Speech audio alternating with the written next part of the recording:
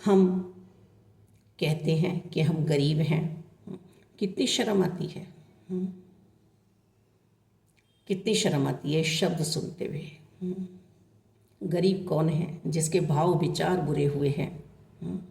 जितना प्रभु परमात्मा ने हमें दिया है उसी समय में हम उसी में ही गुजारा करके और आत्म शांति में रहने का प्रयास करें। हमारा प्रारब्ध है, विधि का विधान है, फिर भी सबसे सर्वोत्तम घटना हमारे जीवन में ये घटित हुई है निरंकार की कृपा से कि हमें संतों का संग मिला है, सत्संग मिला है, सिमरन मिला है, सेवा भाव मिले हैं हमें। माता जी हर पल हमें यही समझाने का प्रयास कर रहे हैं कि बाहरी स्थिति कैसी भी हो पर मन की स्थिति को हमें सुधारना है, मन की स्थिति को हमें सुंदर बनाना है। मन का वातावरण यदि सुंदर है तो हरियाली है जीवन में, और हमारे पास बहुत धन धान्य है, सौभाग्य है, बहुत सब कुछ है, पर हमारा ध्यान यदि सत्य के संग नहीं है, परमात्मा में नहीं है, तो फिर वास्तव में ही हम भक्ति नहीं कर सकते हैं, आनंद में नहीं रह सकते हैं, सुखों के हम वातावरण को भी दुखित बना देते हैं। मन के वातावरण को हमें परम सत्य से जोड़ना है। एक आधार अंदर का और बाहर का सिर्फ और सिर्फ निरंकार होने चाहिए। बुराइयों से बचना है।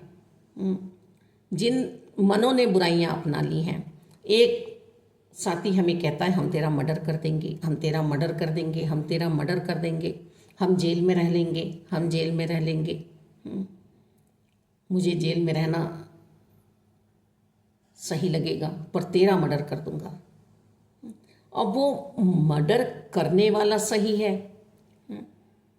या जिसका मर्डर होगा वो सही है? दोनों ही घटनाएं घटित हो सकती हैं। एक अपनी बुरी औरत को, बदचलन औरत को मार सकता है और एक अपनी पुजारन औरत को मार सकता है।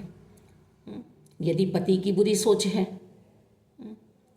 वो गंदगी में है, तो वो अपनी पुजारन औरत को मारेगा, और यदि पति की सोच सुंदर है तो वो अपनी चरित्रहीन पत्नी को मारेगा। दोनों ही मन के वातावरण अलग अलग हैं, पर ऐसी बात सोचनी ही क्यों? सत्संग में जाने का महत्व क्या है? क्या महिमा है सत्संग की कि जो जैसा है उसे उसके ऊपर छोड़ो और अपने लिए तुम कर्मवान बनो, अपने लिए कर्म करो। यहाँ स्वार्थी बन जाओ, यहाँ विवेकी बनो, यहाँ तुम लालची बनो कि मेरा जीवन अब दूषित ना हो जाए, मैं किसी से बैर ईर्ष्या द्वेष नफरत ना करने लगूं। नादान है जो बार बार बौरा रहा है, झल्ला है, उस केंद्र पे ध्यान नहीं दे रहा है जो बिंदु है। प्रकार होता है ना, तो जहाँ बिंदु होती है उस बिंदु से उस प्रकार को ऐसे घुमाते हैं।